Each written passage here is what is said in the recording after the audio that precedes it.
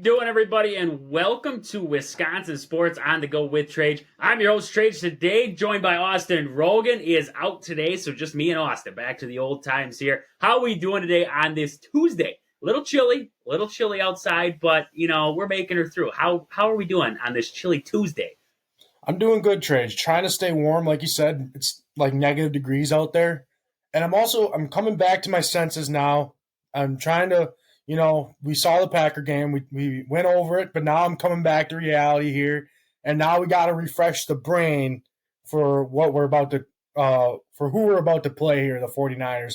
Got to reset that mind, And hopefully it's the same outcome, but I think this game might be a little bit tougher, but we'll get into all of that. My Autumn, my wife, her and her dad and her brother are all Vikings fans, right? We're all in this group chat over text. And every day she sends this trivia question to us about the Brewers usually, and just asks us what we think, or it's an MLB question. So today she asked her question, and she was sending a bunch of facts it's like a little like note thing, like the calendar thing that you flip, and it's a different trivia question each day. So today she sent it, and I said, "Hey, I got my trivia question of the day." And I was waiting for an answer, and they go, "Well," I said, on this day in sports history, everybody realized something. And they're like, "What the heck happened in this day in sports history?" So they're all like flipping through, and I think her dad said something about Babe Ruth being signed by the Yankees and everything like that, and they're like, "No idea." And I was like, "It's the day everybody realized the Pack is back." Right away, I got threatened to get kicked out of the group chat right away without hesitation. I was like, you know what? I said, I would understand if you did. No hard feelings at all. I said, just got to realize the Pack is back. And that is the truth right there. A lot of people, you look at a lot of these experts today and they're baffled. They don't know what to say about the Packers game yesterday against the Dallas, or on Sunday against the Dallas Cowboys. That was just an epic game. I'm still, like you said, coming down to earth after watching that game because, we thought the Packers could win it.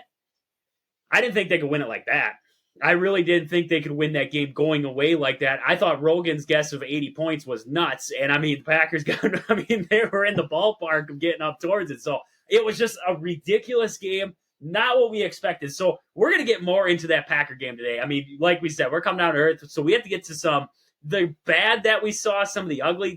There's always bad parts of games. Yesterday we talked about a lot of the good. We got to talk about some of the bad, too, to go along with it. So we're going to be talking about the Pack today. Also, looking at Badger basketball. They're back in action tonight. They're going to be taking on Penn State. That's going to be a tough test for the Badgers. So we got to get into that game there. Look at what we're seeing and what we think the Badgers need to do in that game to pull off a win against Penn State. And, we got a lot to talk about today. So we're going to jump right into it right away with the Bucs. The Bucs got the win over the weekend. We didn't get into it. We were so high up on the Packers. A lot of people probably forgot the Bucs were on Sunday. Honestly, I did. I forgot the Bucs were playing just because I was it seemed like, it was Sunday. The Packers didn't play until 3:30, and I kept staring at the clock all day long. I was like, oh my gosh, why is this taking so long? Usually you have that game before. There's always the noon kickoff. The Bills game got moved, so there wasn't that thing to hold me over for the rest of the day. So it's like, okay, what am I going to do now? I'm doing yard work. It's freezing cold. I'm doing yard work outside because I got to preoccupy myself because I don't know what to do until this Packer game starts. So the Bucs were in action. They played the Kings. They got the buzzer beater win in overtime against the Kings, 143-142 in that one. Austin, what did we see for stats? It was a great game, an exciting game there at the Pfizer for the Bucs, but there was some things that went wrong in this one. So what are we seeing for stats in this game against the Kings? Yeah, the Kings, not a bad team. They're 23-16 overall, so a very respectable team here. In the first quarter, they led the way. It was 37-32. Second quarter, we kind of slipped away from them a little bit. And then third quarter overall, it was not a whole lot of scoring. Good thing we still scored 27. They scored 25. And then in that fourth, we kind of gave up a little, like 4 too many points, and they were able to tie it, and we went into overtime. And luckily, we were losing, and then Dame Time, I think this is the first time we've seen Dame Time come up and hit a clutch shot, I guess you want to call it, a buzzer beater, to say the least, and hit it there. But, as the stats go, Giannis, he had 27, 10 assists, 10 rebounds. he had a triple-double for himself there. Damian Lillard, though, 29 points, 8 assists, and of course, like I said, he just had the buzzer beater at the end there. So Mr. Clutch for him.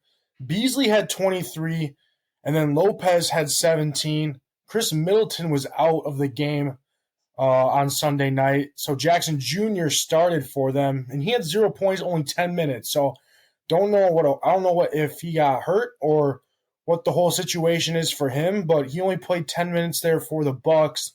Off the bench, Bobby Portis 22 points and Cameron Payne adding 15 points for them there. And then Pat Connaughton, Green both scored 5, which are the lowest for them. But Bobby Portis, Cameron Payne coming off the bench, scoring double digits for us is pretty huge considering in such a long game, it's always good to see them provide off the bench. When you look at the Kings, though, I mean, De'Aaron Fox, 32 points. Herter had 26 points. Sabonis, 21 points. Barnes with 14 points. But I think the biggest part here is Malik Monk off the bench, 28 points for them, 36 minutes, played a lot over Murray. Murray, one of their starters, he only had 4, only 19 minutes, but Malik Monk off the bench had 28 points, and Trey Lyles, 33 minutes off the bench. He only had 9.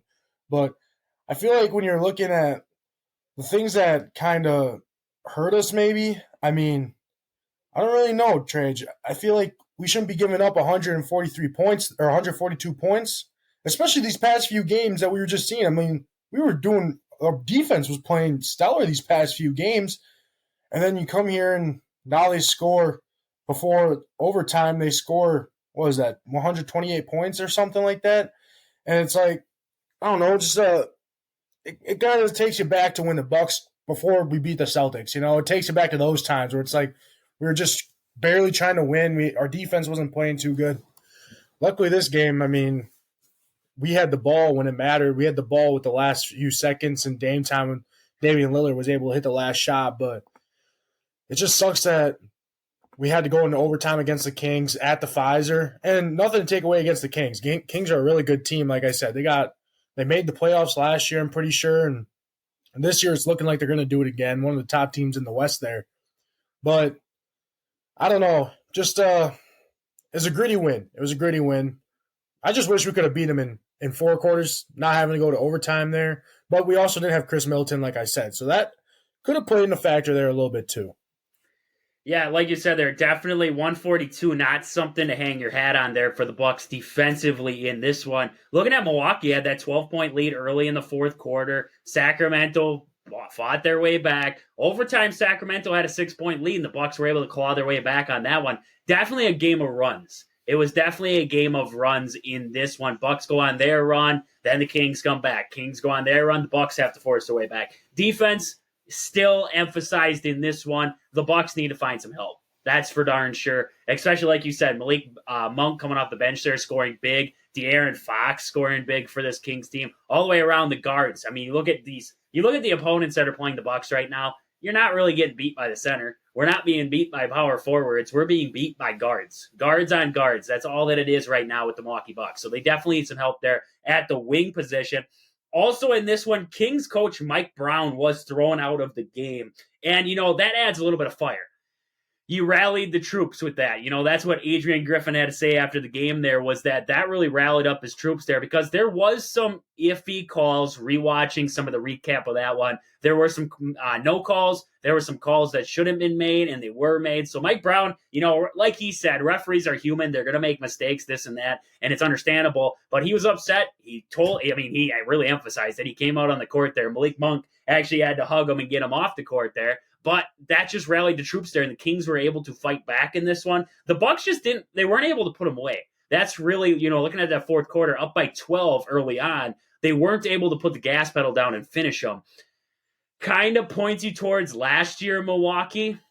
A lot of those regular season games, you even look at the playoffs there against the Heat. They had a lot of games where they led, and they led for the majority of the game, but then you got to late game situations, the Bucks couldn't put them away, they couldn't put the gas pedal down and finish, and that's what we saw in this one again against the Kings, and we've seen a couple times this season under Adrian Griffin, a guy coming in who was supposed to be more of a defensively oriented coach and this and that. I haven't seen it. I haven't seen the defense out of Adrian Griffin's team yet. I haven't seen him been able to rally these troops yet. So, I mean, good win by the Bucks all the way around. Good win by the Bucks. Got the 143-142 win in overtime against the Kings. A very good Kings, like you said. I mean, they're not a bad team. The Kings aren't a bad team. We're not taking anything away from what the Bucks did in this game, pulling it out at the end. It shouldn't have been as difficult as what it was to finish off the Kings in this one. They're a good team, they're a talented team, but the Bucks are a very good team, and they have a lot of talent on that roster. And to not be able to put away a team late, that's where the Bucks have struggled, and that's something they really need to emphasize moving forward here. Whether they do that by going out and adding a guard, or what it's going to be to fix this Bucks team, I don't know.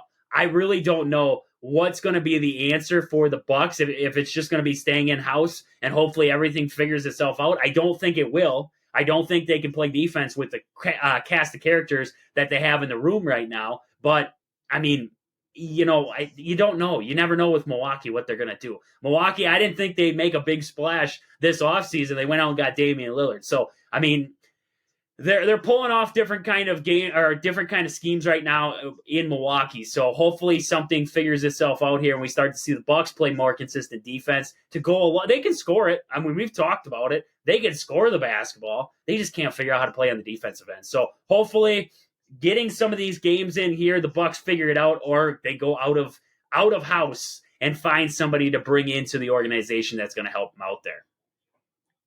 Yeah, and also looking at some of the stats just a little bit, I mean, the Milwaukee Bucks shot 84% from the free throw line. We shot 27 for 32 compared to the Kings.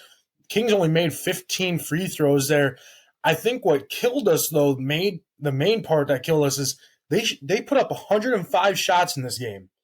They had 5 more offensive rebounds than the Bucks.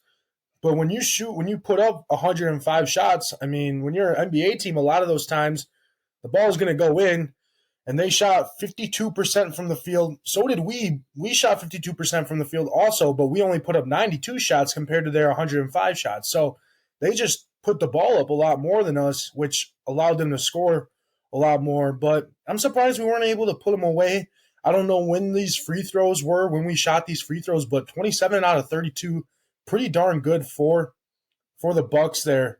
And then, I mean, Sacramento, they only shot 15 for 20 only, but they only shot 20 compared to our 32. So I don't know when those free throws came, but you think with that many free throws in a close game, you think that's probably when it comes down to free throws, not a buzzer beater three-pointer. So I don't really know. I didn't watch the game at all because, I mean, like you said, the Packers were on and all that. And, I mean, I'm not going to skip playoff football for one Bucks game. I mean, that's just not going to happen. So anyway, Sacramento, pretty good team. We beat them. That's all that matters. And I don't know who we play next or when we play next, but hopefully our defense gets a little bit better, like you said. That's all we can hope for right now is that the Bucks figure it out on the defensive end. So they will be squaring off with the Cavaliers. That'll be coming up on Wednesday there, a 6:30 tip on ESPN. So we'll check that game out there on Wednesday. But I want to jump over now, getting into the Brewers. Just a quick little news about the Brewers. They did add 2 talented shortstop prospects to their system, agreeing to deals with Jorge Quintana. He's number 12 on the international prospect pool, and Jesus Made, number 22 on the international prospect pool. The switch hitting, Quintana is a switch hitter. 16 years old, tall, athletic infielder, good bat-to-ball skills from both sides of the plate. They've also said he's very polished on offense and defense. So very good defender. That's what the Brewers are really, I mean, they emphasize it a lot there looking at infielders as they want the defense first. We saw that with Bryce Terang. They were allowing his bat to come along there. They wanted to see the defensive side of him, and I think they're very good at developing infielders in the Brewers organization. So a very good signing by the Brewers there. And also looking at Made.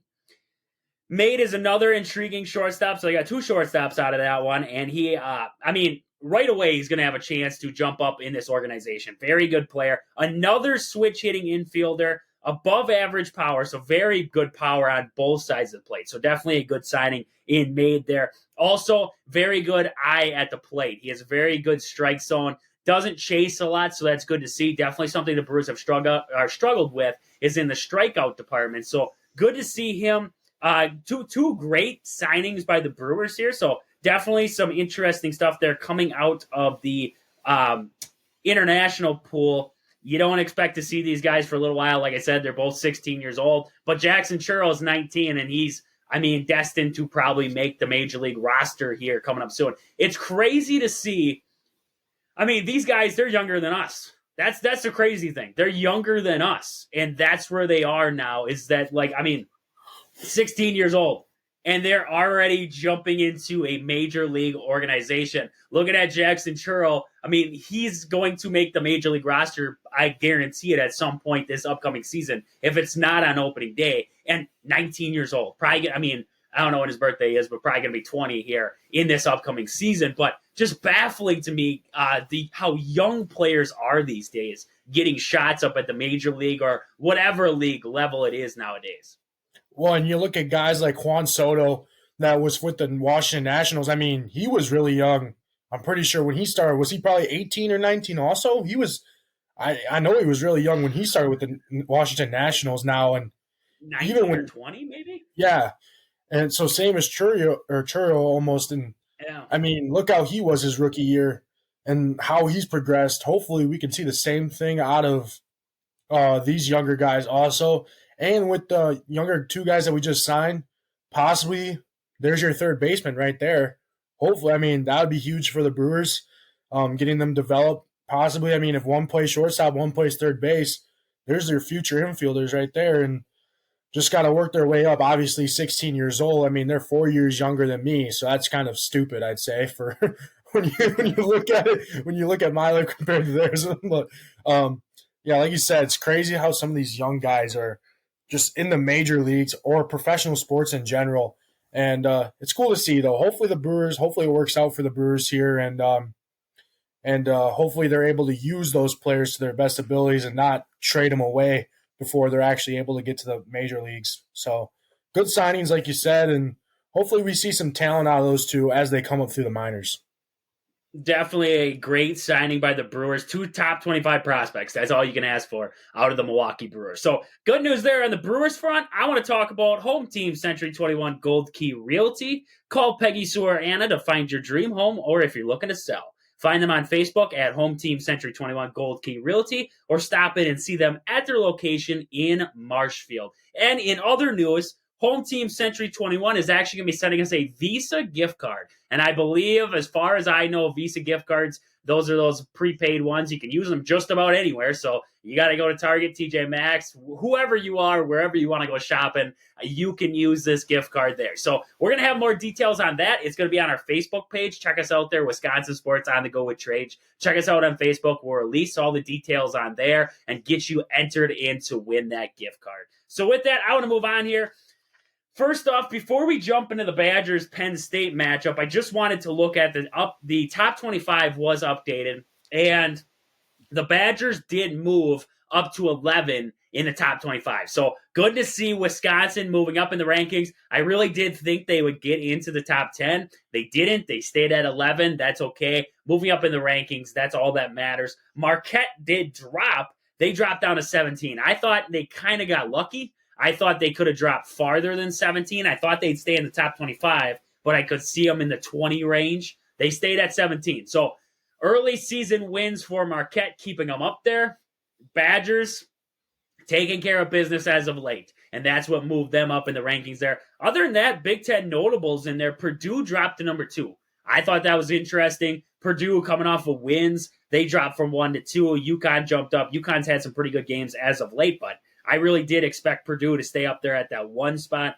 Other Big Ten notables in the top 25, Illinois dropped down to 14 after that loss over the weekend to Maryland. Also, I think that's it. I think that's it for Big Ten teams in the top 25 as of right now. Illinois, Wisconsin, and Purdue. That's it for top 25 Big Ten teams right now. So the Big Ten's getting 3 teams in there. Definitely could be more in the future. We saw Ohio State. Ohio State's a very good team. Northwestern's a very good team. So I could see a lot more teams jumping at top 25. Austin, looking at the top 25 for you, any interesting teams that you see in the top 25 right now? Arizona, actually, they're now ranked below Wisconsin by just one spot there. They're 12th, we're 11th. but they dropped four spots there from 8 to now 12. And if you ever, I mean, I'm sure everyone remembers when we went to Arizona, they kind of blew us out there. So just interesting. I get that they lost a game there, and they only got 30 less points than the Wisconsin Badgers there win in the rankings. But I just think it's interesting that they're still ranked below us just because that they beat us. When you look at that head-to-head matchup, now granted it was in Arizona, so that obviously helps them a lot. But I just thought that was interesting. And then FAU still ranked up there in 23. They actually moved up a spot, but they played a close game. I can't remember again. I think it was Tulane. They played a close game, and they pretty much should have lost. I'm pretty sure it was a really close game. And if they lose that game, it's probably knocking them out of the rankings, honestly. And I don't know if they were getting back in the rest of the year. And like you said, Marquette 17, Creighton at 18 there. I'm surprised to see that there's only 3 Big Ten teams, like you were saying. I mean, usually we see Michigan State, Iowa, Michigan, Ohio State, Northwestern. All these teams usually ranked up in there too, but this year it's mainly just Purdue, Wisconsin, and Illinois. And I mean, Illinois has dropped a couple games also, so they're dropping too. Usually Indiana's in there ranked high also, but not as of lately. And I mean, like you said, could change. There's still a lot of season left here, so you don't know what's going to happen. But as long as the Badgers keep winning, I mean, they're close. They could possibly get into the top 10 here soon if a couple of these higher teams fall a couple more points. I think Houston is finally feeling the repercussions of being in the Big 12 now. I mean, they're granted. Oh no, I guess UConn's in the Big East. I was going to say UConn was in the American and Houston was in the American, but I guess they both left it, so they don't play each other. So I think Houston's finally feeling the repercussions of being in a little bit better of a basketball conference there. They lost 2 games, so they dropped to 5, and I think they could lose a couple more games there, and they could be dropping a little bit more. But Houston's usually a decent team, and as of Purdue dropping one spot, I don't think it doesn't really mean a whole lot. Not really, when it comes to the tournament wise, at least, because I mean, four seeds get the number 1 seed in each side. I guess it just depends on if you're the number 1 overall. I don't even think that really helps you with your bracket. Sometimes you still get the better 2 seed out of the 4 2 seeds. So I don't think that really matters. But like you said, a little bit surprising considering they didn't really drop any games here. But UConn is playing really good basketball. That's the AP Top 25. The coaches polls say that the Wisconsin Badgers are actually ranked number 8. So that's pretty cool. We're in the top 10 for the coaches poll. Hopefully we can get that for the AP Top 25 poll there soon. Yeah, like you said, the interesting one, the one that stands out to me that you were talking about there is FAU. How can you vouch for them to be in the top 25 anymore? They barely pulled off versus Tulane. They had that loss to Bryant early on this year. They've lost a couple terrible teams. They have that 1 win against Arizona. I'll give it to them. They have 1 win against Arizona. They beat Texas A&M. Texas A&M no longer in the top 25. That's the only win on their schedule that you can say that was a phenomenal win, was against Arizona. That's it. And Arizona's faltered as of late. So, I mean, you're looking at top 25. Like we've been talking, it doesn't mean a lot, but at the same time, it gives you kind of the scope of teams. It tells you what this team is and how they're playing. And right now, Purdue is my outright number 1 team. They have their flaws. They definitely have their flaws, but they've definitely played some of the best basketball out of every team. Wisconsin, though, I think they're going to give them a run for their money there on that in the Big Ten there. I think the Big Ten crown is going to be tough to get this season. I really do think the Badgers will drop a game eventually. I don't think they can win it out. I don't think they can win it outright. It'd be awesome if they did. I think they'll find some team out there that's going to beat them, probably on the road. But definitely interesting top 25, seeing who's in and who's out as of this week. But with that, we got to talk about the Badgers. I mean, we were talking about there a little bit, but they're in action coming up tonight here. They're going to be taking on Penn State. That should be, I think that's going to be a pretty good matchup there. They're calling for it to be a rough one for Penn State, giving Wisconsin a 69% chance to win it. But I'm looking at this one at the Bryce Jordan Center on the road for Wisconsin. I think it's going to be tough. I really do think it's going to be a tougher game than what they're telling us. So, Austin, what are we seeing for some key players to look out for Penn State in this one? Penn State, like you said, not that good of a team. I know they're a pretty decent team the past couple of years, but this year they're 8-9, 10th in the Big Ten. They're led by Kanye Clary there, 18.6 points per game, leads the team in that category. Ace Baldwin next is 12.8 points per game for the Nittany Lions. He also leads the team in assists with 4.9 and steals with 3 steals per game there. So pretty good defender in Ace Baldwin Jr. Qadis Wahab, I think that's how you say his name. He's next with 9.5 points per game, but also leads them in 8.3 rebounds per game. He's listed as a forward, but he's 6'11", so he's got a little bit of length to him. You could technically call him a center if you wanted to. Could give Stephen Crowl a little bit of troubles. Like you said, I don't think this team is overly that good. I mean, they average 76.3 points per game, so not terrible. 32.6 rebounds per game. Definitely could give the Badgers some trouble considering it is in Penn State. That could help them a little bit to their advantage. So it should be a good game, but as of the Badgers are playing, I mean, they played some games where they blow a team out, and now as of the Northwestern game, they played them pretty close. So now they're a little bit battle tested here. They've played a lot of really good teams in Tennessee, Arizona, and all the other teams. I think we should be fine on this one, but it seems like whenever the Badgers start playing good, there's always just that one team in the middle of the mix that just gives them troubles. And I don't want it to be that Penn State team, but you never know these times. Hopefully the Badgers, they're on a roll so far in this 6-game slate that we've kind of set out for them. And hopefully they just keep it rolling here. It's definitely going to be a big matchup for Wisconsin, like you're talking there, and going on the road. We always say it's tough to win on the road in the Big Ten. This is going to be a tough road matchup for Wisconsin. Looking at some of the history of this series for the Badgers, they've played 56 times. Wisconsin and Penn State have 44-11 is Wisconsin against Penn State. So they own the series, the all-time series, by quite a big margin. The Badgers have actually won 5 straight against Penn State and 18 of the last 19 dating back to 2012. They are 11-1 against Penn State under Coach Greg Gard, with the lone loss coming in 2021. Wisconsin is actually 5-1 at the Bryce Jordan Center under Gard. They have won 9 of the last 10 trips to University Park and is 19-8 all-time at Penn State. So there's a little bit to the history of it. Looking at some of the stats for this one, Greg Gard actually has Wisconsin off to a 5-0 start in Big Ten play for the first time since opening 2007 and 2008 at a 5-0 start. So Wisconsin off to their best start in the Big Ten since 2007. They went on to post a 16-2 league record that season en route to winning the Big Ten title in 2007. If you want to look at the history of how a season has started for the Badgers and where it ended, Big Ten title for that Badger team. They have won 4 of its 5 Big Ten games by double figures this season under Greg Gard for this Badger team. So the Badgers playing well in Big Ten play. They're winning games by double figures. That's the big thing when you're watching Wisconsin. During Big Ten play, UW has actually only trailed for a total of 2 minutes and 55 seconds in the second half.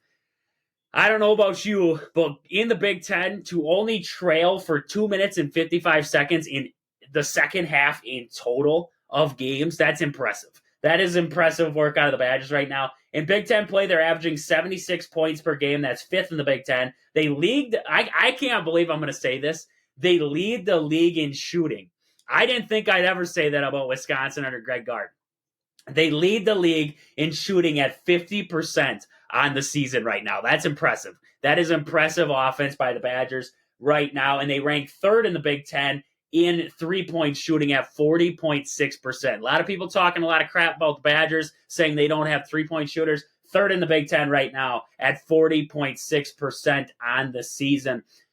Looking at, the way the Badgers have made it to this point, they have big wins on the season right now.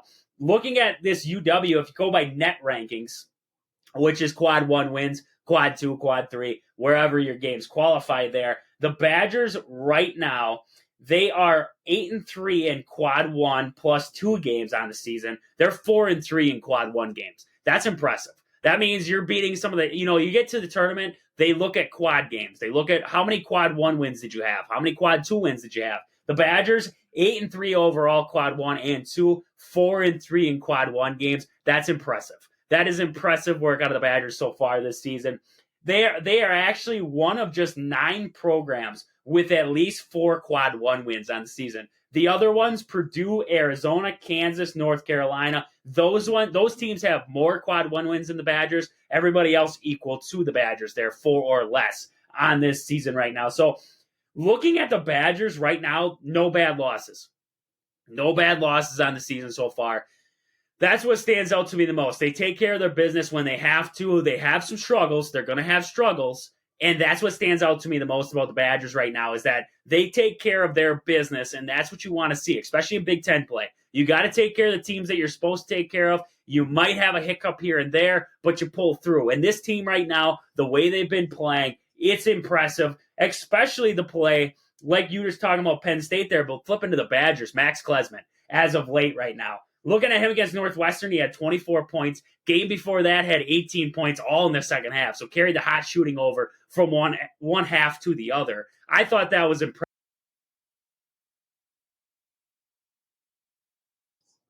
I thought that was impressive right there. And then looking at the bench play for the Badgers, Blackwell, Connor Essegian, I think they have the most depth they've had at Wisconsin in a very long time. Looking at Blackwell, Essegian, you have guys coming off the bench like Nolan Winter, and you can go as deep as Kamari McGee, and we haven't seen much of them yet, but Isaac Lindsley, still on that bench for the Badgers. He adds another guard, a little bit of depth. He can shoot it from range. And then looking at a guy like Marcus Ilvers, all guys that add depth to this Badger team, and I think that's the most that, I mean, they've impressed me as of late here, what the Badgers have been able to do. And looking at this Penn State game, you got to win in the paint. That's the big thing. You got to be able to control the paint in this one. They have length. They're going to be able to play with you a little bit in the paint. But like you said, they have some lengthy guys, but rebounding is still going to be key in this one. You got to get the boards. No second chance points. That's how these upsets and stuff like that happen. Second chance points. You can't let them get that spark in their eye. You got to be able to control the boards in this one. Steven Crowell's got to have a big game for the Badgers. He's got to be able to control that paint area along with Tyler Wall. And when Nolan Winter gets in there, he has to hold down the fort. I think that's the big thing I'm looking for. When Steven Crowell has to get a break, when we need to pull him out of the game, how does Nolan Winter respond?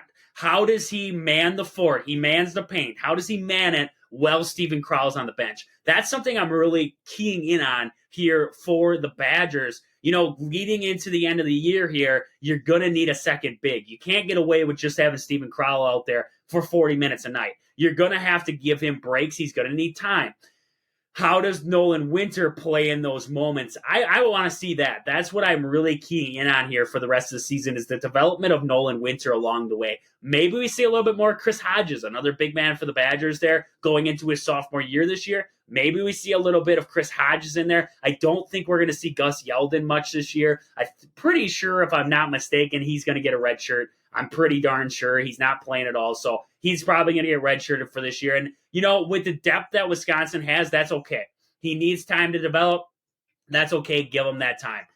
Right now with this Badger team in this one, like I said, the paint's going to be a big thing to control. The three-point arc is going to be a big thing to control too. Don't let Penn State run wild on you at the three-point line. The Badgers really need to emphasize that in this one and clean up the turnovers. That game against Northwestern, I know they played better in the second half, but early on in that one, they had 8 turnovers. I think they only turned the ball over like once or twice in the second half. So you're looking at 13 turnovers on that game, 11 of them basically in that first half. That's bad basketball on Wisconsin standards. So they got to clean up the game in this one. Play a little bit better defense. I thought the defense had a little bit of lapses there in that game against Northwestern. I think I want to see some better defensive play out of the Badgers here, especially traveling on the road here to the Bryce Jordan Center. You got to see some good. It's going to be a good. I mean, I believe going to Penn State, it doesn't matter what sport, it's a good atmosphere. And you got to be able to weather the storm, weather the crowd noise, get into it, feel it, you know, get yourself going in this one. I think the Badgers will be okay.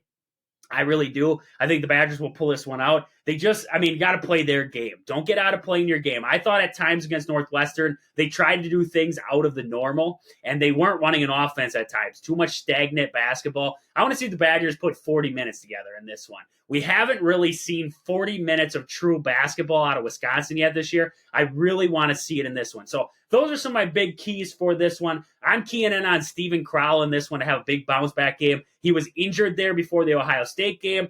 I believe going into Northwestern, he was still a little dinged up. So I want to see a big game out of Steven Crowell. And then I really do think AJ Storr, with his athleticism, is going to be big in this one. I can't wait to see what Max Klesmit does, just because he's coming off of 18 points against Ohio State and 24 against Northwestern. What has he got for an encore here? I'm excited to see what Max Klesmit can bring to this Badger team. So, Austin, what are you looking for? Who are some of your key guys to watch out for in this one for Wisconsin? Yeah, some of my key guys, I think Tyler Wall. He's averaging, it seems like, double-digit points almost every game, no matter how really well he's playing or bad he's playing. Seems like he's always getting his points. So continuing to see that, I think Tyler Wall's been a really strong backbone for this team. He's always doing good no matter who's the main person scoring. Like one time it could be AJ Storr scoring a lot of points, but Tyler Wall will still be there adding his double-digit points, or Max Klesmit scoring 24 points, but Tyler Wall will still be there. So I think he's kind of a big contributing factor on how this Badger team will play. And then I'm also looking at Chucky Hepburn, not for scoring a lot of points, but still facilitating the ball. Like you said, the Badgers had 13 turnovers against Northwestern. Right now, our average is 9.8. So really unreal, or it's hard to see them doing that, and we're not really used to that from a Wisconsin Badger team. So hopefully they need to clean that up. And like you said, this Penn State team, not very good. And we shouldn't be really fooling around with these guys. Their lone one decent win, Penn State, is against Ohio State, and they beat them 83-80. So they played Texas A&M, and they lost to them. They just recently played Purdue, kind of got blown out by them. So they're kind of on a losing streak here. They lost their last two games, so they're probably hungry for a win. We shouldn't let them be able to claw back. We need to play, like you said, a full 40-minute game.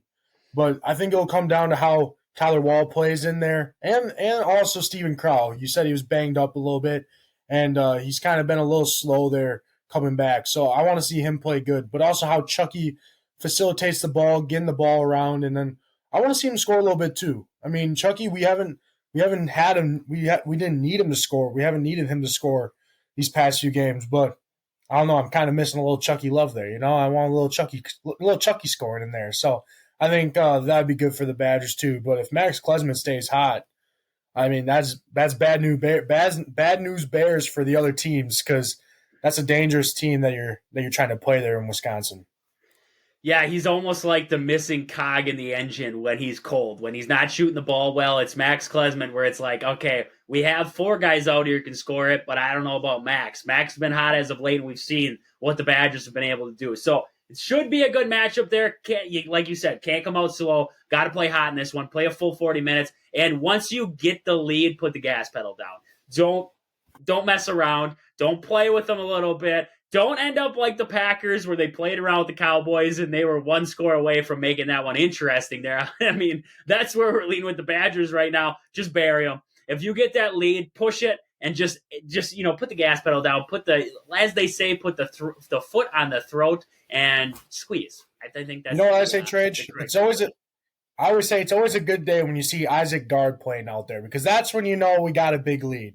Nothing against Isaac Gard, but I'm pretty sure he's the 15th man off the bench.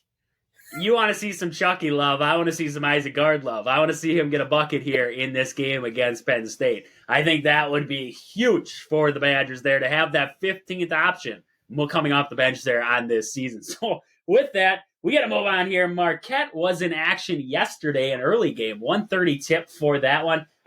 We still aren't sure on the 1:30 tip. Kind of an early game for Marquette, but they pulled out the win.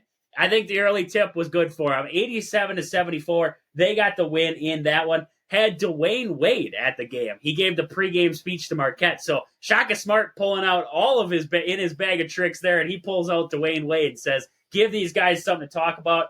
And that was maybe one of the things that led to the win. We don't know. But Marquette led in this one for the most part the whole way. 43 in the first half there compared to Villanova's 40, and then 44 in that second half. The defense for Marquette, not very good in this one. They were allowing them to do whatever they wanted. But Austin, what are we seeing for stats? Who are some of the key guys in this one for Villanova and Marquette? Yeah, starting with Villanova, their leading scorer in this game was Armstrong with 24 points in this one. Then Dixon had 15. Off the bench, Hausen had 11. But I think what really helped them stay in this game, especially in the first half, was their 3-point shooting. I don't remember they had I was watching the game a little bit. I can't remember the stat what it was, but they were shooting really, really well. And I'm pretty sure in the Big East they were ranked 8th in 3-point shooting, but they were shooting really hot in this one in the first half. Kind of fell off in the second half. But I think what kept Marquette in the lead was their ability to score inside. They had 36 points inside the paint, or around 30 in the paint there. And I mean, they were led by Cam Jones with 22 points there, and he only shot two 3-pointers. So his other 8 shots came inside the 3-point line there, which really helped him. Also, Tyler Kolek, he decided to show up and play today, so he scored 21 points for the Golden Eagles, and then Iguodaro had 18 points along with that. Off the bench, not a whole lot going off the bench. They were kind of carried by those three. I mean, Joplin added 7 and Mitchell added 9, but Kolek, Jones, and Iguodaro kind of led the way there for the Marquette Golden Eagles. Not a hot day shooting from the 3-point line. Only 7 for 23 compared to Villanova's 14 for 33. So, I mean, being able to score inside that 3-point line definitely helped Marquette. And I'm surprised we didn't see kind of Marquette give this one up. I mean, when you look at that first half score, 43-40, you're like, oh, well, here we go again. Here's another Marquette game that they might let slip away. But no, they were able to get back. And like you said, it was probably because Dwayne Wade was there. Dwayne Wade, I'm pretty sure he got his number retired or something. Or I don't think he got his number retired, but they were showing the camera of Dwayne Wade's number retired. So him definitely being at the game probably helped him. As a team, Marquette had 24 assists. So they were moving the ball pretty efficiently there, getting each other the ball. And overall, I mean, it was a good bounce back win for Marquette over a pretty decent Villanova team.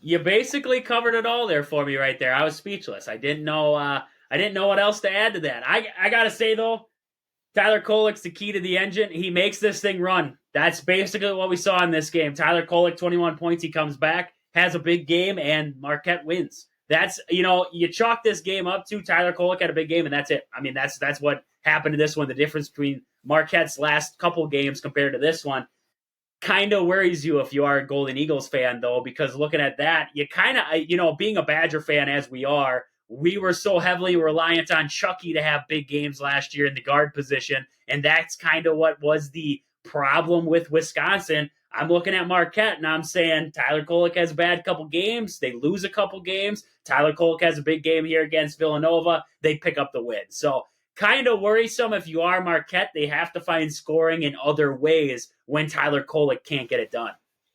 Something to say that impressed me a lot is Marquette only had 3 turnovers on the whole game compared to Villanova's 12 turnovers. So I think that could be a big factor in how this game went. Not too many free throw shot either. Marquette went 6 for 8, so not a whole lot of fouls called, but that turnover rate is 3-12.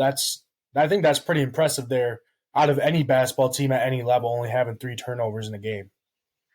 Yeah, I got to agree with you there. And looking at the assist for Marquette, 24 assists on the game. Sharing the basketball was key for Marquette. Moving the ball around, when they get stagnant, that's when they get in trouble. They moved the basketball around well in this one with 24 assists compared to the 11 by Villanova. So that was impressive out of Marquette. A lot more team basketball in this one, a lot less stagnant basketball, and that was good to see. So the Golden Eagles get the win 87-74 in that one. But with that, I want to talk about game day supply. Do you have a sports club or a team, a little organization that you run or that you know of somebody who runs, looking for some sweet custom uniforms or apparel for that team? Check out the awesome crew down there at Game Day Supply to help your team get the sweetest gear for this upcoming season. If you're already in season, if you're just looking for a gift for somebody who is a fan of that team, get them some apparel, some custom apparel by Game Day Supply. Find them on Facebook at Game Day Supply or check them out online at GameDaySupply.net. But with that, I got to jump over to Austin here. We got to get to our fact of the day.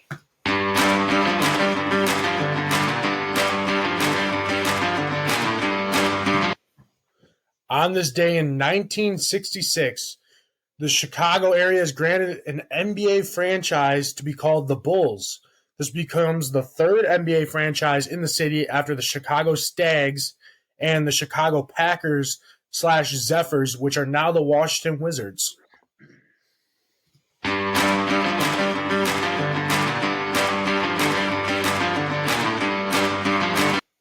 Chicago Packers. That is definitely an interesting name. Now we have something to tell the Bears fans is that the Packers were so good, they had to leave Chicago and move to somewhere just a little bit better, and that is Green Bay, Wisconsin. That's what I got out of that. Yeah, except it's basketball. So same thing. The Packers football was so good, they took the name away from an NBA team. That's how bad Chicago is, that they took the name from them. They just said, you can't have it. It's ours now. That's what I'm getting at. I'm really up to date. I'm not up to date, but I know a lot of history about like NFL teams and all that stuff. Not a whole lot about basketball. I know like the Seattle Sonics. I know them, that they used to be a team, but now they're the Oklahoma City Thunder.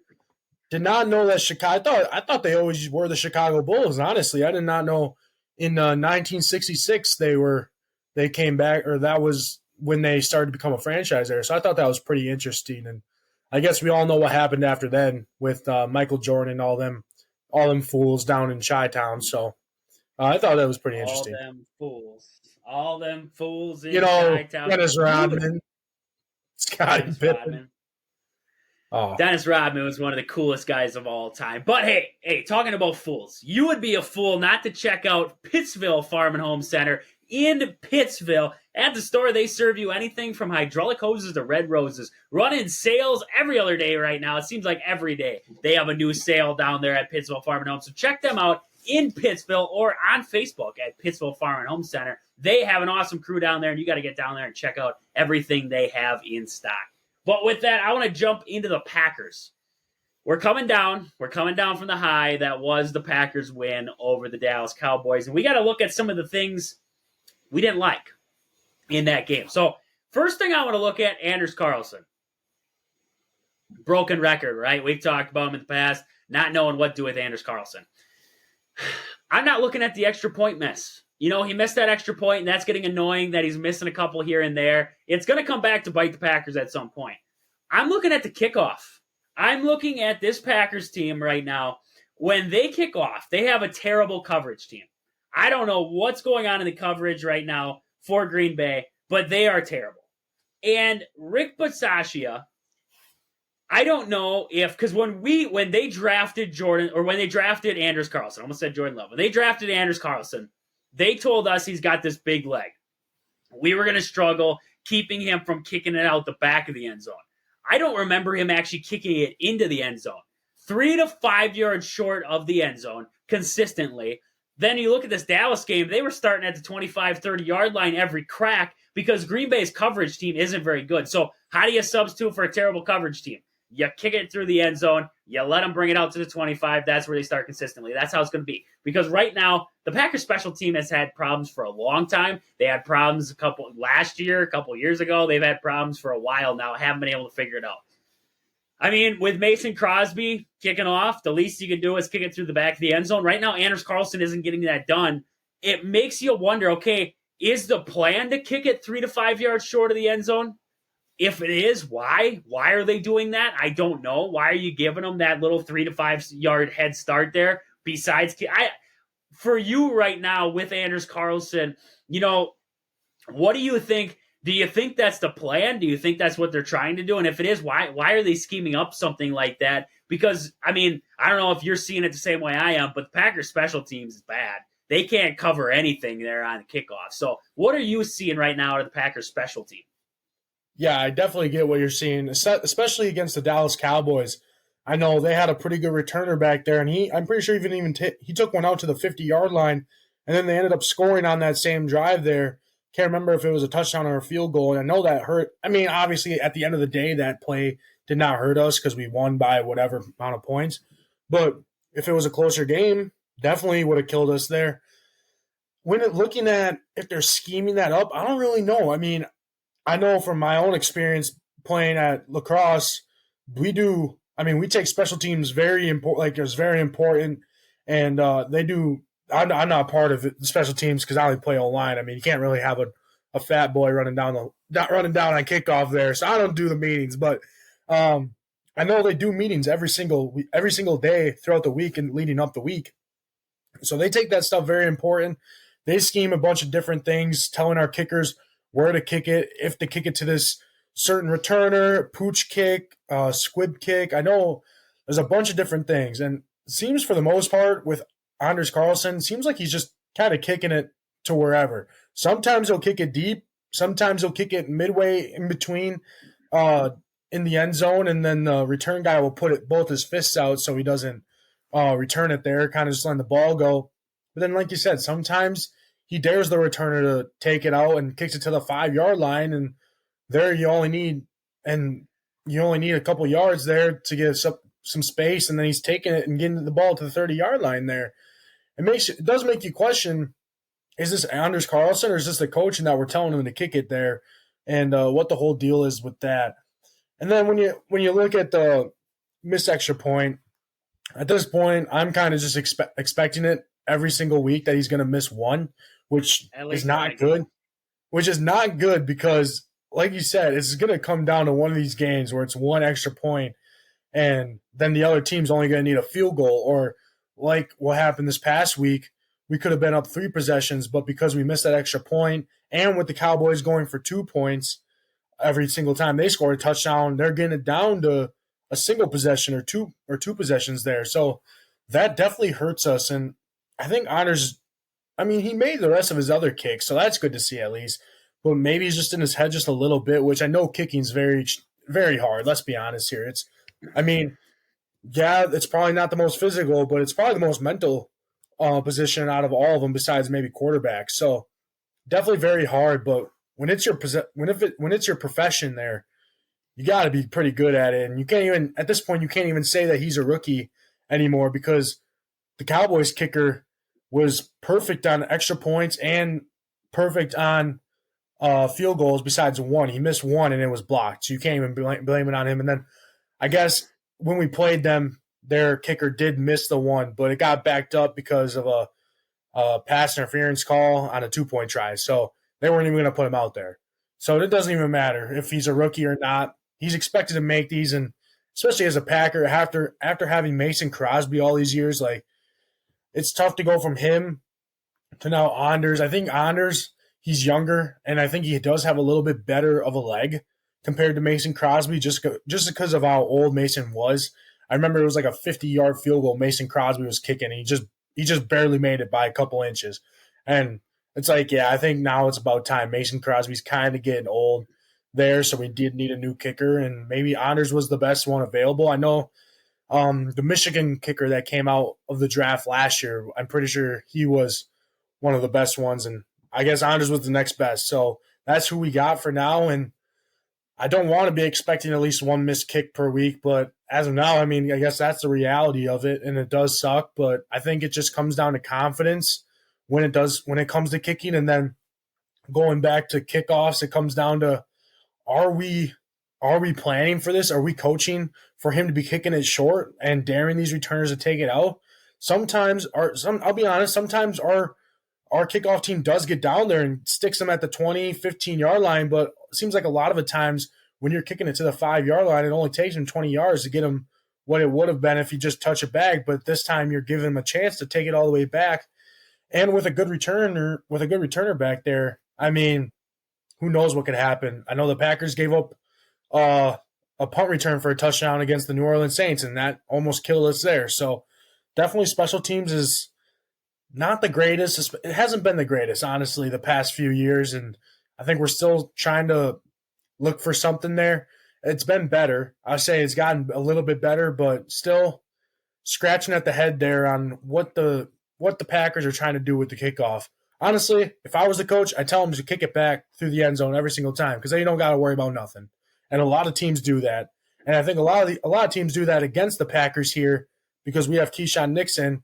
And, I mean, Keyshawn will probably take it out of the end zone even if it's kick halfway into the end zone. He'll still take it out and get to the 25, 30-yard line there. So, I don't know. Special teams, definitely one of the things that can still improve on after this Cowboys win.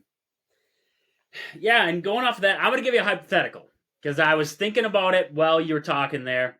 So, let's just say Packers, 49ers, somehow Packers defense playing well, 24-23. Packers just drove down the field, 2 minutes left, they drove down the field. There's 30 seconds left on the clock. Packers just punched it in the end zone. It's 24-23. Do you trust Anders Carlson to make the kick? I don't know. You know what I mean? Like right now, the way that it seems like like you said, every game he's missing an extra point. It doesn't matter. At some point, he's going to miss it. Right now, with this Packer team, the way that they're running the offense, do you trust Anders Carlson to put it through the uprights and force overtime? Or do you trust Jordan Love in the offense to get that 2-point conversion for you, take the lead and win it? You're going to be playing for the safe bet, I would imagine, with your playoff life on the line. You'd want to play at the safe bet and kick the field goal, but at the same time, you don't trust it. In the back of Matt LaFleur's head, as much as he wants to tell us Anders Carlson is their guy and they trust him, he's seeing this. He knows what we're seeing. He's seeing the same thing. There's inconsistency. So, I mean, you look at that hypothetical and then even saying right now, if you get him outside of 40 yards, he's a 50-50 shot outside of 40 yards right now to put it through the uprights. So if in that same hypothetical sense, you get him it's a 20-17 game, you have a 4th and say 5 from the whatever, I'm not good at math, but whatever's going to add up to say a 45-yard field goal. Do you trust Anders Carlson to be able to put it through the uprights? Or are you putting the ball into Jordan Love's hands and letting him get this Packers team closer? I just think that's the problem with Green Bay, is in both one of those hypotheticals right there, there should be an easy solution, but there's not. You have to risk it to try, it's a risk either way. One seems like it's better than the other, and the one is the offense staying out there on the field instead of the kicker coming out. So, I mean, in your opinion, with what I just gave you there, do you trust Anders Carlson in those positions, or are you leaning towards the offense staying out there with the playoff life on the line? In the situation of we're down 23-24, we just scored, I got to put Anders Carlson out there because I feel like there's just been so many times where we go for 2 and we don't get it, and then that's the game we lose. Like at that point, let's just take it to overtime. I get that the kid, he's missed some, and I'd rather, I don't know what would be worse. Rather missing an extra point or missing a 2-point conversion. One of them, I guess you're missing the chance to win, but I feel like a kick is just, I guess in this day and age, a lot more people are going for 2-point conversions, especially when you get down to that situation where you win the game, or if it's a chance to win the game or tie the game. And a lot of teams are going for 2 to win the game. And I can see LaFleur doing that. I can see LaFleur being aggressive like that, especially if we're that close to the 49ers. Let's be honest, were the Packers thinking that they'd ever be in the situation in the divisional round against the 49ers to go to the NFC Championship this year? Honestly, No. I don't know. Probably not. So no. Unless if you're inside the walls. If you were inside the walls there of 1265, you might have thought for 1 second you had a shot. Otherwise, I don't think so. Yeah. So if it's that close to the floor, I think he's going to be aggressive and go for the 2-point conversion in that case. Honestly, I can't even be mad. I can't even be mad at that decision there. No. Either that's the game right there. It's either you win or you lose or you go home, and then you got to kick the onside kick if you don't get it. And I mean, who knows what's going to happen then? And then you got to try and kick a field goal for Anders Carlson to win the game if we get the onside kick. So honestly, at some point, if we don't get it, it comes to Anders Carlson trying to kick a field goal to win the game, or you try and just have him tie it. So, or you make the 2-point conversion. That'd make everyone happy, and then we can all have a couple beers and enjoy the night. But it is a tough dilemma there that the Packers have on their hands. But when it comes down to it, I think Matt LaFleur is going to be aggressive and go for it. Yeah, this shouldn't be the problem that Green Bay has at this point in the season. You shouldn't be talking about, is my kicker going to be able to put it through the uprights there on a chip shot for an extra point? That's where I think the Packers have failed. The one area where they needed, the offense improved. The defense has improved as of late. The one thing that we didn't think we'd need to really improve on there was the special teams, was kicking an extra point. I get the 40-plus yards out. That can be tricky at times. Extra point. I mean, kicking's hard, like you said, but it's a chip shot. At the end of the day, it's a chip shot. You got to be able to put that thing in. If you're an NFL kicker, you got to be able to put it in. So definitely going to be interesting to see what the Packers do, especially with the special teams moving forward here into the offseason. I know it's a long ways to look. Hopefully a longer ways than we think, but long ways off. So I just want to look at here. We posted out there on Facebook. We posted out to see what people had to say about the Packers win over Dallas, how they were feeling about the upcoming matchup with the 49ers. So we got some replies here, so I just want to jump through them here. We had one fan out there who said, "Let's go Packers. I'm so hyped up. I almost called out of work today, but then I realized how many Cowboy fans work at my work." So he said Packer fan in South Carolina. So he showed up to work simply to rub it in the face of some Cowboy fans. Looking at some other ones here, another guy came in and he said, "I feel really good about the 49ers and our chances. There's nothing to fear, and I only think the only thing is play like we did yesterday. Get the damn Niner monkey off our back and move on, shocking the world. Go Pack, go." That is true. They've had the Niners on their back for a while. It didn't matter who was at quarterback, what the defense was doing. The 49ers have had the Packers number for a while here. So getting the 49er monkey off the back, that is definitely true right there. Looking at some other ones here, we see a lot of upset on Saturday at 7 o'clock. And, this poor lady, she won't be able to watch it. So I don't know what's going on. She won't be able to watch the game. So that's sad to see right there. Looking at another comment, I was starting to question Matt LaFleur about week 5, he says.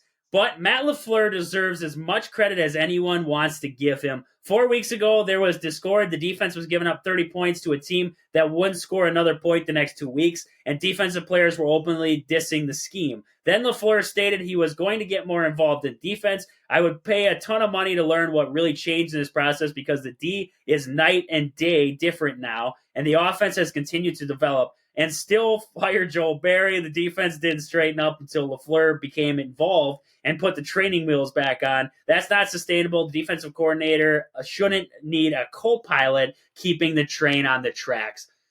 I agree with that.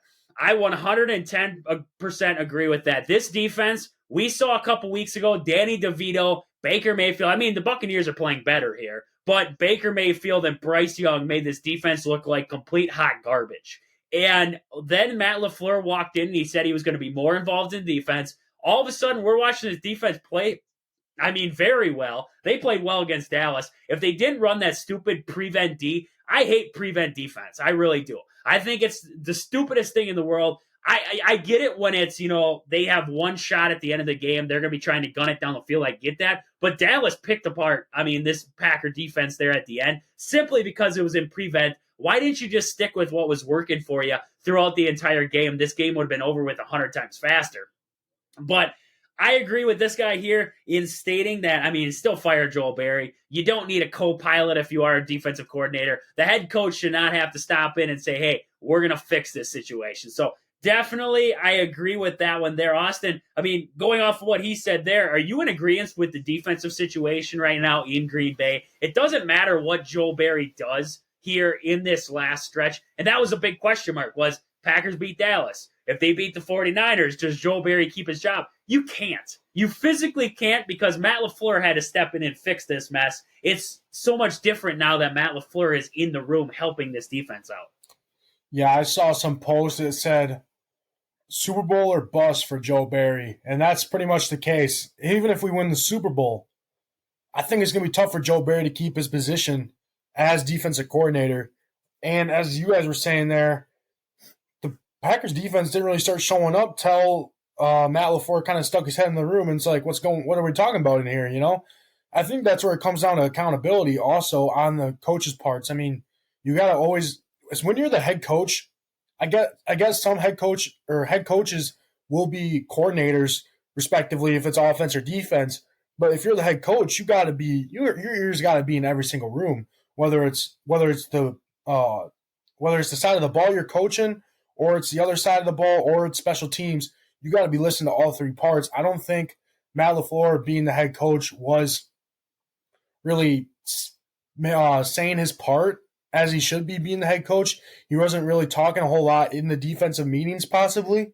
That could be probably because he's mainly an offensive coach, and he's like, I'll let the defensive coaches do what they do.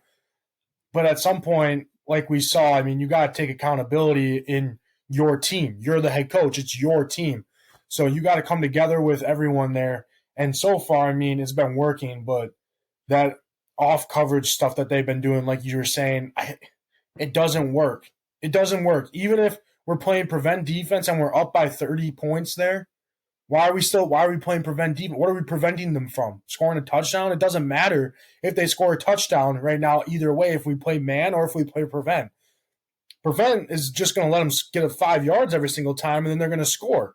So if we just play man, they're probably not going to get 5 yards every time. It just makes more sense, and we saw that when we took all of our good. And Matt LaFleur came out and he said that he made a mistake. He made a mistake on taking out his guys a little bit too early, he thought, and at least he owned up to it. But it showed. But when we took our starters out, for some reason the defensive play calls changed because we were backing up. It was like a 2nd and 2 or 3rd and 2, and we had one of our corners was backed up 15 yards off Brandon Cooks, and all he did was do a little not corner route, but a curl route, and they got a first down. It's like, what are we doing here? It's 3rd and 2, and there's still 10 minutes left in the game here. Like, keep playing until the very last whistle. I don't really care, because this Packers team makes me the nervous. Same with Rogan. Rogan can probably agree with this, even though he's not here.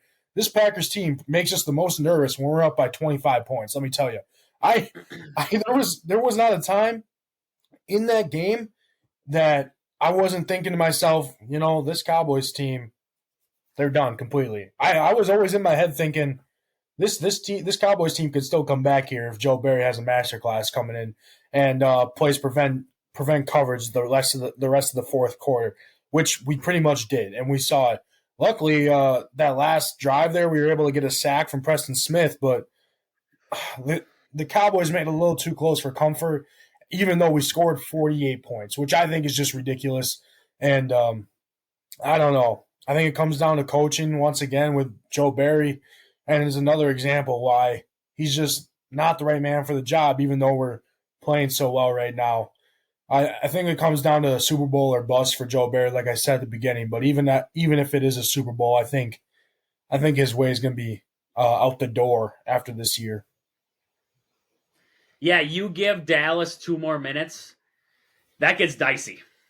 That is a dicey game. That's an onside kick and a 2-point conversion away from being a tie ball game there late. So, I mean, yeah, like you said, they went out of it too early. I understood it. You pull some guys, I get it. They pulled too fast. That was on Matt LaFleur. He owned up to it. That was, what had to be said.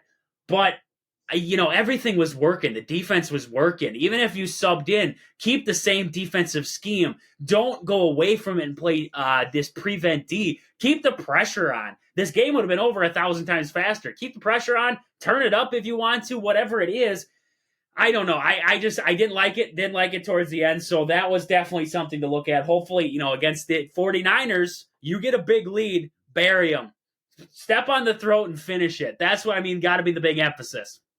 Don't let the 49ers get any kind of sight or any kind of light at the end of that tunnel. Just bury them, end it early. That's what you got to do if you are the Packers in that one. Don't give them any hope. That's what they did to Dallas, is they gave them hope at the end that there was still possibly a chance of an onside kick and a 2-point conversion, and this game was tied.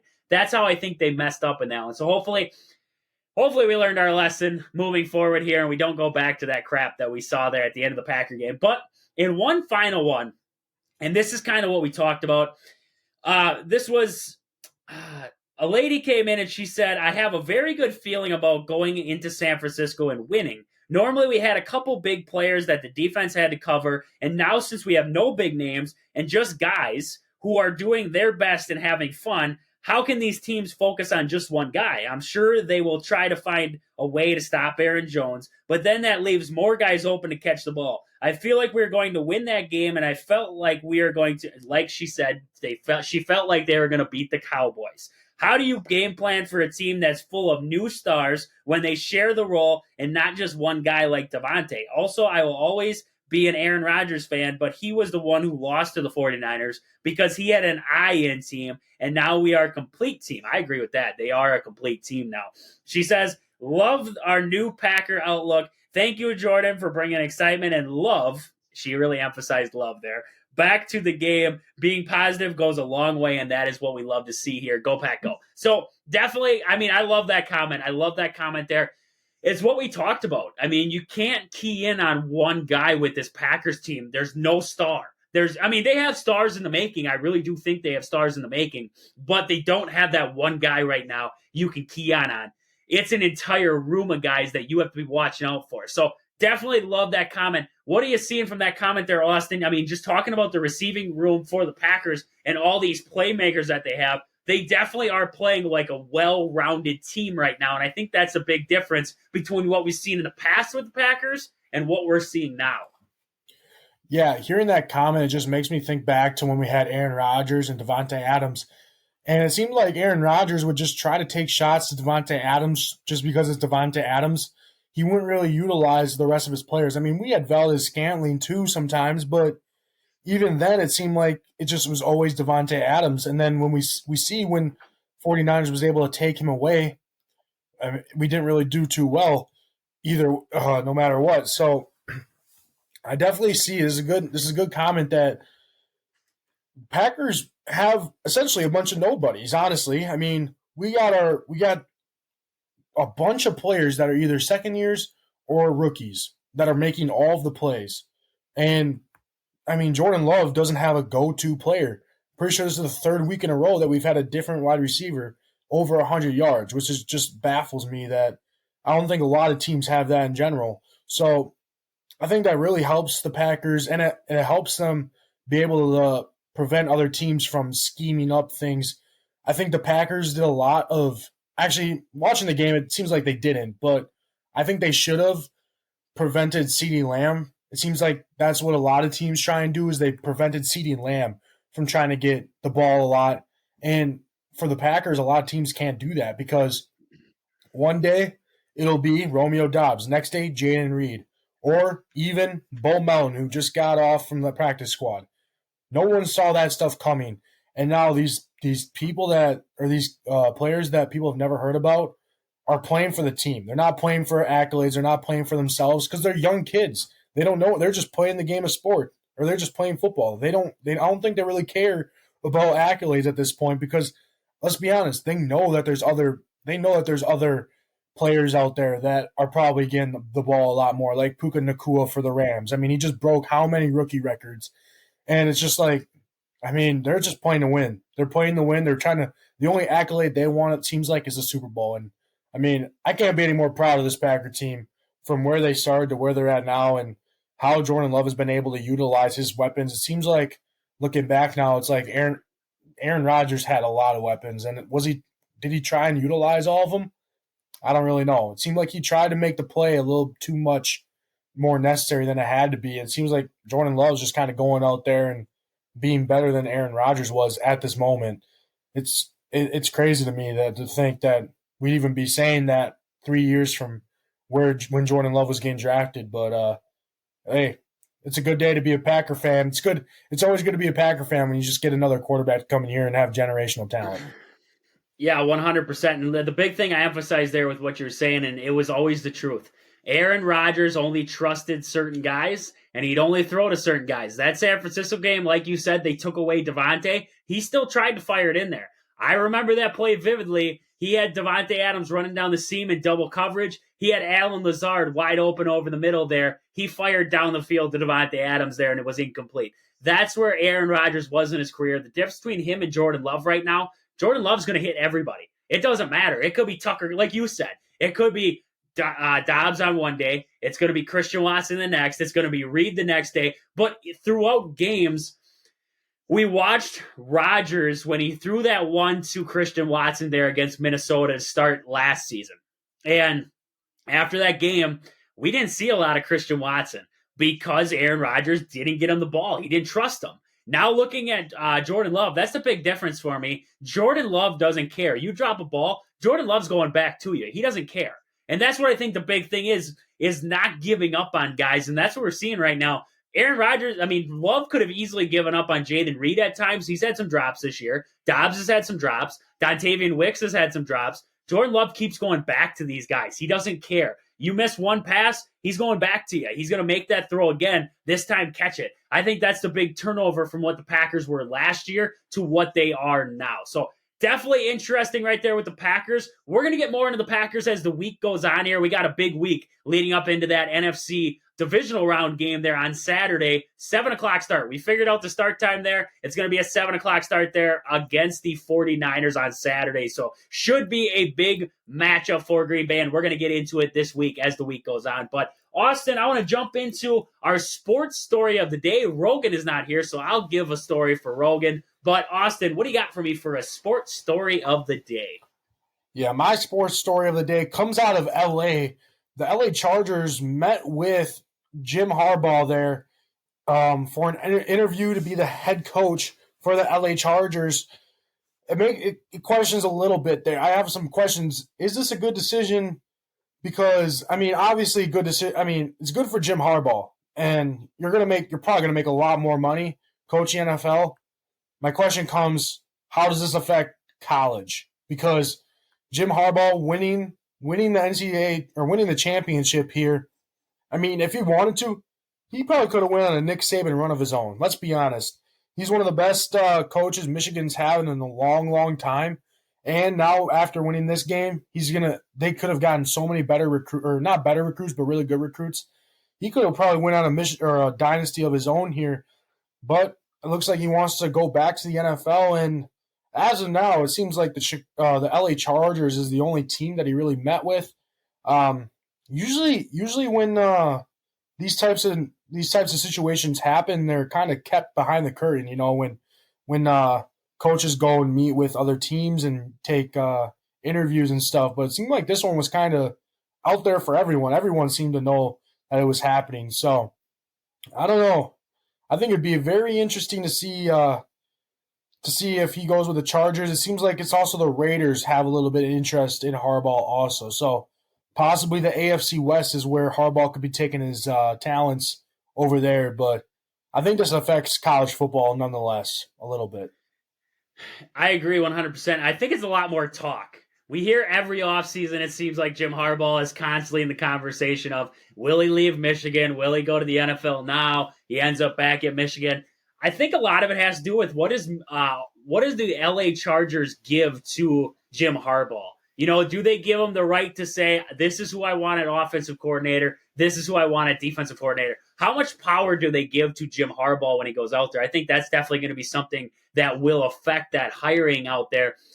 I think he'd be a good coach. I think he'd be a good coach for the Chargers. I think just his development of players there with the Michigan Wolverines, going to the NFL, working with a younger guy in Justin Herbert and then some younger guys on the offense. I think he'd be a very good guy at developing some of these younger players for the Chargers. So definitely something interesting to see there, see what Jim Harbaugh decides to do. And if he gets more interviews after this, I don't know. I think the hot commodities right now are Vrabel and Bill Belichick.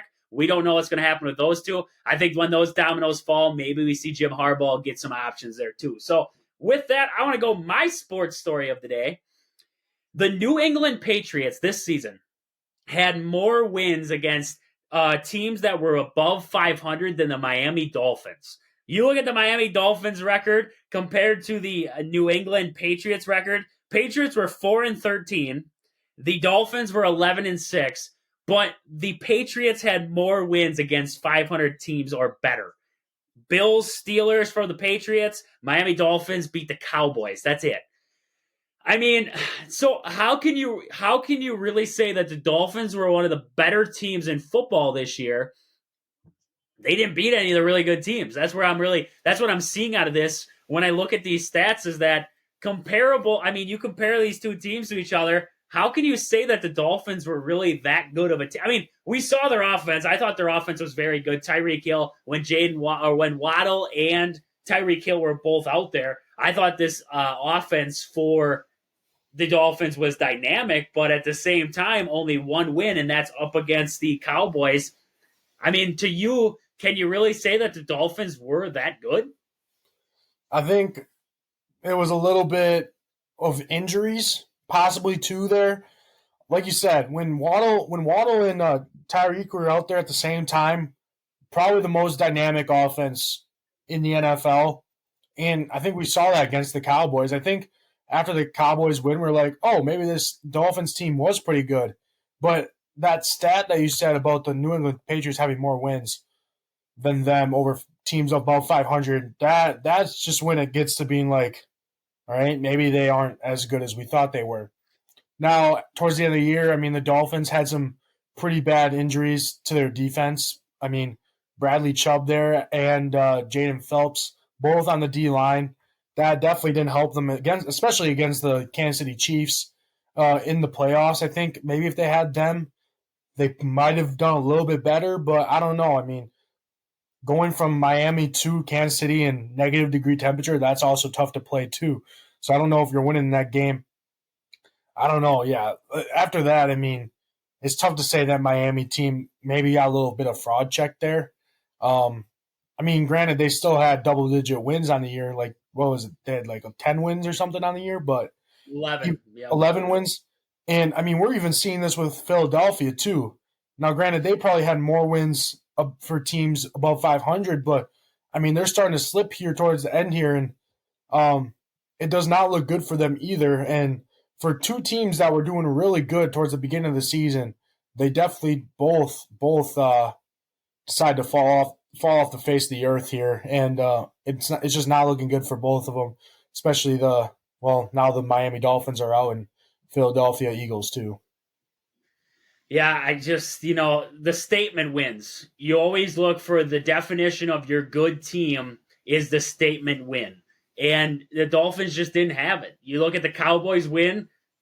Can you really say it was a statement win? Because we just saw what the Green Bay Packers did to the Dallas Cowboys at home. On the road, the Green Bay Packers win and dismantled them. So what do you really – I mean, and then you look at the Lions game for the Cowboys. That game, if you ask who – depends who you ask. Detroit fans will tell you they should have won that game. Cowboy fans will say, shut up, we should have won that game. But only Cowboy fans are saying that. So, I mean, you look at it from perspective. It's like Dallas could easily have a couple more wins. How good would they really look? I don't know. A lot of variables in there. But like you said, I mean, they had to play a tough playoff game. That kind of wasn't – I mean, the temperature-wise – didn't really help them out there, but I look at statement wins. I really do at the end of the day, and the Miami Dolphins didn't have a statement win on the year, so that definitely killed them there. But with that, I want to get to Austin. We have our new segment, or Rogan's not here for the first day of it, but Austin's telling me no. Hold on, Trage. Let me find it real quick. I didn't know we were going to it. I mean, we're an hour and almost 30 minutes. I thought we were skipping it, but I got it up so we can go. We're good. I got a couple. I figured we'd bounce a couple. So we got. We'll start it off. We'll start it off. A little something fun here towards the end of the podcast. We'll do it. We got trivia with Austin here today. We're gonna get into a little more trivia here. Get in some Packer trivia. I believe he's got Packer trivia up there. So we're gonna get some Packer trivia. We'll throw a couple questions and then we'll get into it more when we're not apparently an hour and 24 minutes in. So Austin, what do we got? First question for trivia with Austin. All right, Trage. First question for you. So the Packers won the Super Bowl in 1996. They defeated the New England Patriots 35-21. The question to you is, who was the Super Bowl MVP for that game? Was he on the offense? Technically, you could say that, yes, but that's not what he's. But that's not what he's known for. That's not what he's known for. Well, Brett Favre's known for Vicodin, but I mean it's not that guy. He's a specialist. You can call him a specialist, Trage. Oh shoot! Somebody out there is calling me an idiot right now. Oh man, just give it to me. Just give it to me. Desmond Howard, a return. He had a 99-yard return for a touchdown in that game, and I don't know if he's the only. I'm not sure if he's the only like special teams player to win the MVP. I'm sure there's probably a kicker out there that won it, but definitely an odd one. You think Brett Favre would have won that one, but it was Desmond Howard for the Packers there. That was a good one. You're really making me think on these. I got another good one here, Trage. To whom did Brett Favre complete his first career pass to? Oh, come on now. No, this is a trick question. Trick question here. I'm just saying, I got Brett Favre galore. I got pictures all over the place. That man was my idol. The first pass Brett Favre ever completed to himself. Hey, there you go. It takes a different kind of skill. That's how we knew he was a Hall of Fame quarterback, was when his first pass he threw it to himself. Hey, he lost 7 yards on the catch. So I don't know if that's good or bad if you were a fantasy owner, but either way, that was his first. He looked out at his receivers and he's like, I don't trust none of these guys. I'm throwing it to myself. All right, this might be a pretty easy one here, Trage, but which Packer quarterback led them to a championship win in Super Bowl 1 and 2? That's a toughie. Oh, man, that's throwing it way back. Was it Bart? Was it the man himself, Bart? I don't know. The man himself, Bart Starr there. Starr, the Let guy, the man. Yep. I mean, that's a long time ago there, Trey. That's a. That is. Imagine we've been blessed with Bart Starr, Brett Favre, Aaron Rodgers, and now Jordan Love. Hey. Somewhere out there, there's a Chicago fan kicking themselves in the shin because of how much they've had to gone through. Too bad for them. All right, this is an interesting one here, Trage. Yeah, I'm ready. How much did the original cheesehead cost? The original cheesehead. This is the one we got to end it on. This is the last question of the day, so this is a good one. I'll give you a range here. It's between $1 and $50. It's in there somewhere. It's between 1 and $1 million. Okay, that's an easier guess. I'm gonna go the original cheesehead.